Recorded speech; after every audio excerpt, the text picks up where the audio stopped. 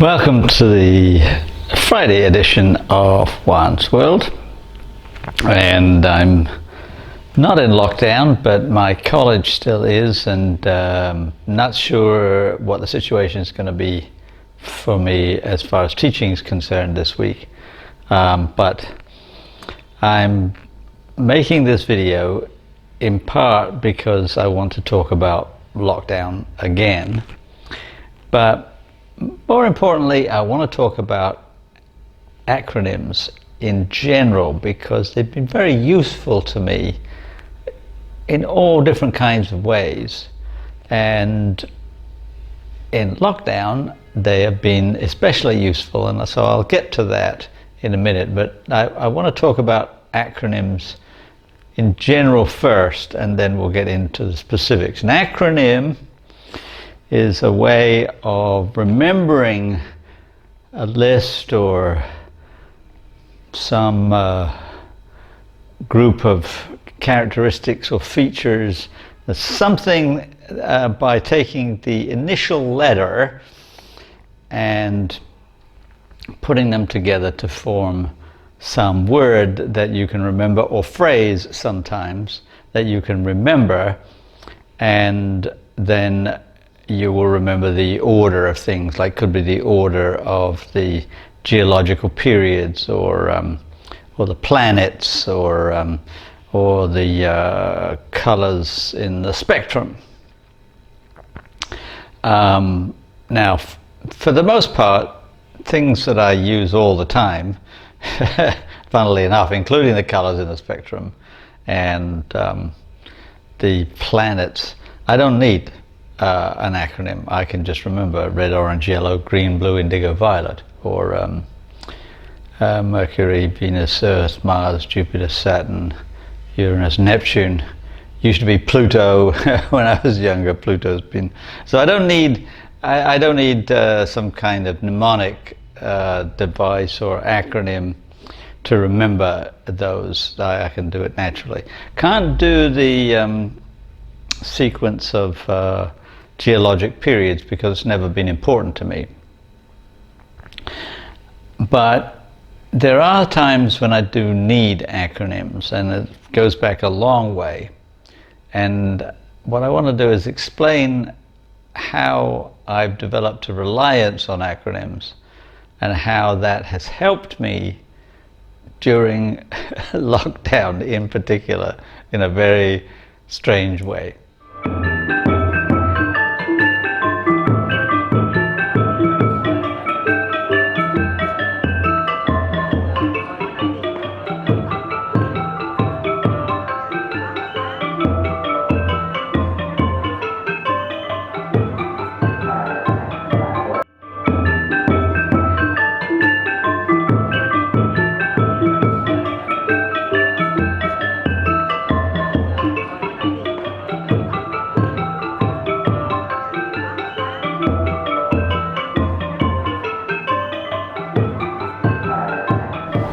So the power of acronyms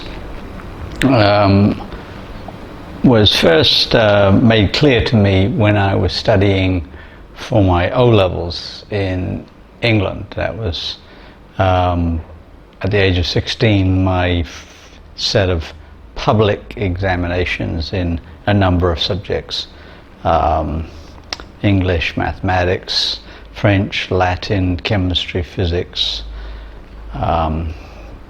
history, geography. And they were really important because without a good set of O-levels you couldn't go on to do A-levels, and without a good set of A-levels you couldn't get into university. So it was a fairly standard step along the way. And the O-levels were really, really important when it came to university application, because you applied to university before you'd taken your A-levels. So the only measurement they had to go on up to that point was how well you've done at O-level. And the thing about O-levels is that for the most part, there were some exceptions. For the most part, you had to just remember a lot of stuff. Now obviously with languages there's more to it than that. With mathematics there's more to it than that. But even with all of the exceptions like languages and mathematics, you still had to learn a lot of stuff. You had to learn how to solve quadratic equations, for example. You had to learn a lot of vocabulary in the languages, and especially in subjects like history, geography, chemistry, you had to just learn a lot of things. You had to learn, in chemistry, you had to learn about certain kinds of chemical reactions and chemical formulae, and you had to learn the elements and blah blah blah. In geography you had to learn about different kinds of environment, fjords, something we studied a lot, glaciation, and for the most part I was okay with it. I loved chemistry, and I've got a bank of information from years and years of studying it. Same with physics. History was a real problem. Interesting that it should be history of all things. I had paid no attention to history in my secondary education in Australia because I didn't do any history. It just didn't exist. Don't know why. There were people who could teach history, but it was not one of the options given to us. In England it was, and it turns out that the way the system for O-level worked was that you just kind of did whatever the history department decided was okay for you from the first form to the third form. And then in the fourth form they said, okay, now you're going to study what you need to know for O-level, which surprised an awful lot of my friends. What have we been doing up until this point? Well, you've just been learning stuff. Russian Revolution was one of the things we studied. What was called the Age of Discovery was one thing that we spent some time on. Naval warfare, something I particularly liked. But then all of that was scrapped in the fourth form, and our teacher said, okay, now we're going to study English social history of the 18th and 19th century, and that's what you're going to take your exam on. So, all right.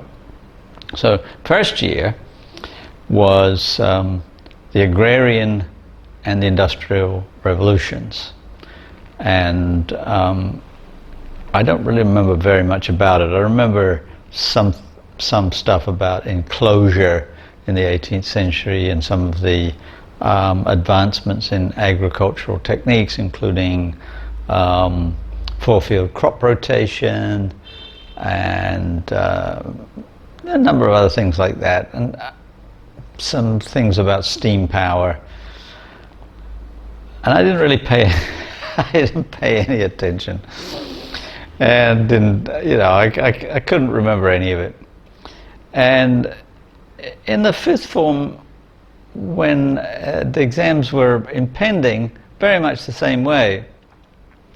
We were studying the Great Reform Act, a lot of things having to do with the social conditions of Britain in the 19th century. Education, the ministries of Disraeli, Gladstone, and so on. Oh, and Wellington after he became Prime Minister after the Napoleonic Wars were over, and so on. And most of it, most of it just didn't interest me. I'd had some moments of considerable interest in terms of why certain things happened, but that was not what we were being asked. We were being asked things like, what were the main bills before Parliament in the second term of Disraeli's prime ministership? Blah blah blah. And I got through the year, barely, barely surviving, because it didn't interest me at all. Because there were no challenges.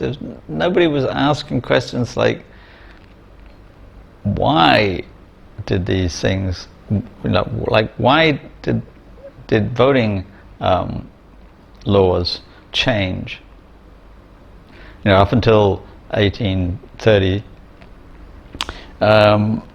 there were things called rotten boroughs, and pocket boroughs.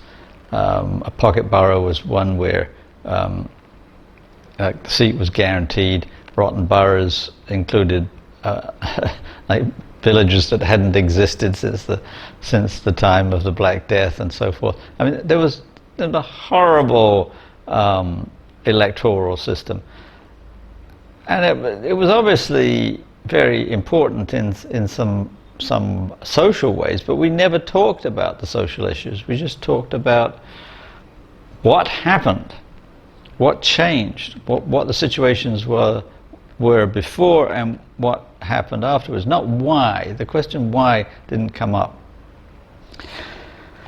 So I got through the year, like barely making it, and then we got told in our final term that the exam was going to be 2.5 hours long. One exam. Most O-levels were actually 2 exams, sometimes more, but most of them were 2. Like in chemistry, for example, there was the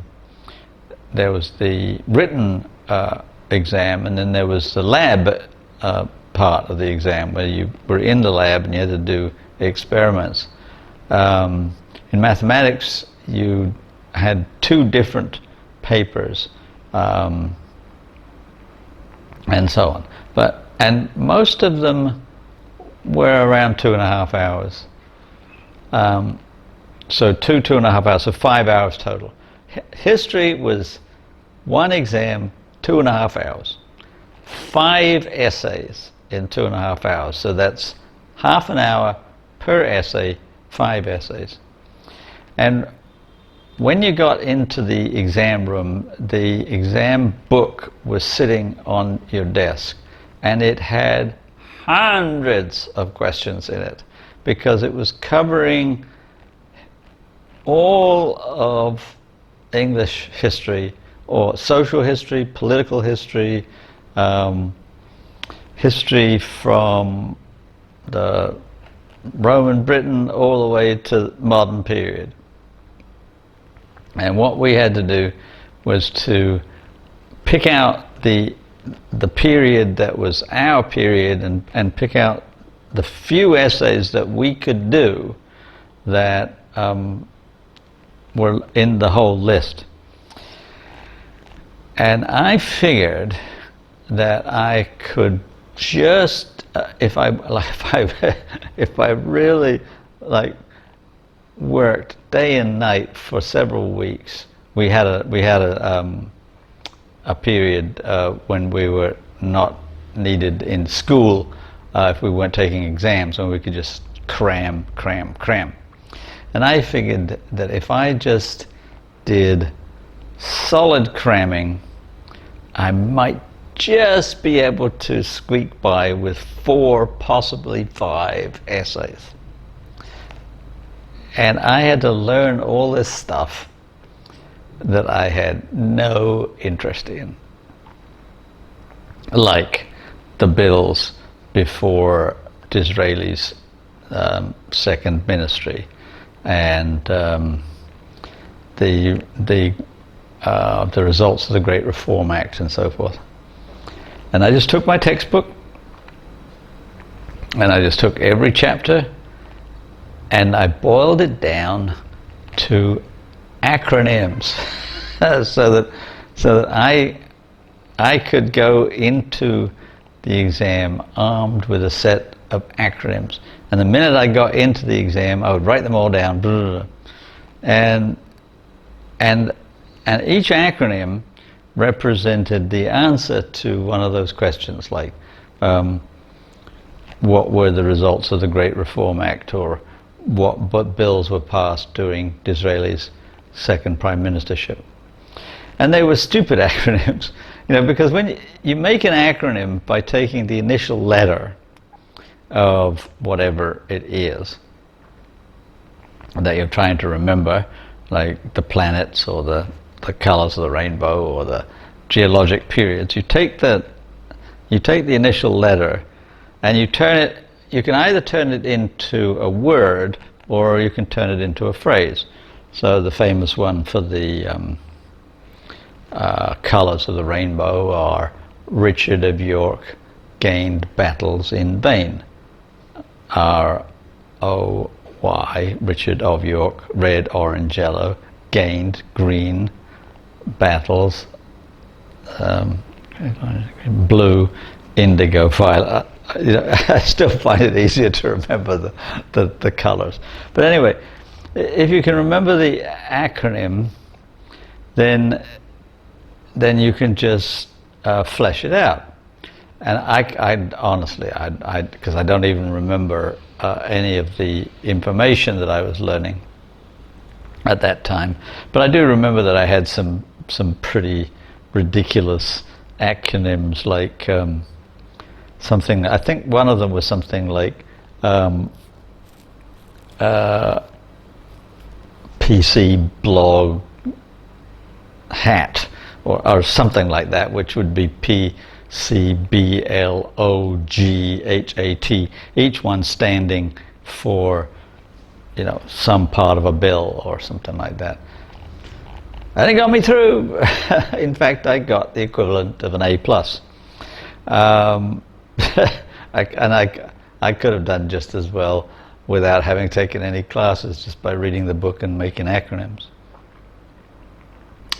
And from then on, I've always made acronyms for exams, very important, but I've also made them for other things, like shopping lists, because I have a very bad habit of making a shopping list, going to the supermarket, and realizing that I left the shopping list behind. I mean, that happens all the time. And if I don't have my list, then I'm going to forget something. So when I make my list, I also look at the initials, and it's like butter, cheese, vegetables, chicken, like that. So I take all the initials and I make them into a little phrase, like Richard of York gained battles in vain, something like that, so that I will remember everything at the store. Very important. Occasionally I'll do it for lectures, but not very often. But there's one time these days that I use it a lot, and that's to examine myself, because there are times when I just don't feel very well. I don't mean that I feel sick. I mean, I feel out of sorts. I don't feel good. I mean, I think a clinician would probably say that I'm depressed. Now, I'm never clinically depressed, but sometimes I might be situationally depressed. And I first started thinking about this when I lived in China, and I lived in a hostel in a men's, well, mixed dormitory, but mostly men's dormitory for over a year. And periodically I would get up and I would just not feel right. And sometimes I realized that I hadn't slept well enough, and like I just needed to sleep more.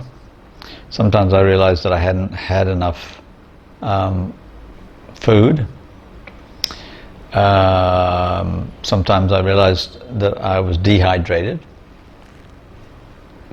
And sometimes I realized that I hadn't been out walking in the streets, that I'd been cooped up too much. And that it could be any one of those that was causing these feelings of depression. And so I created an acronym, FEDS, F-E-D-S. And that stands for F, food, E, exercise, D, drink or dehydration, S, sleep. Now what I needed to do was to evaluate each of them. Had I had enough to eat? Had I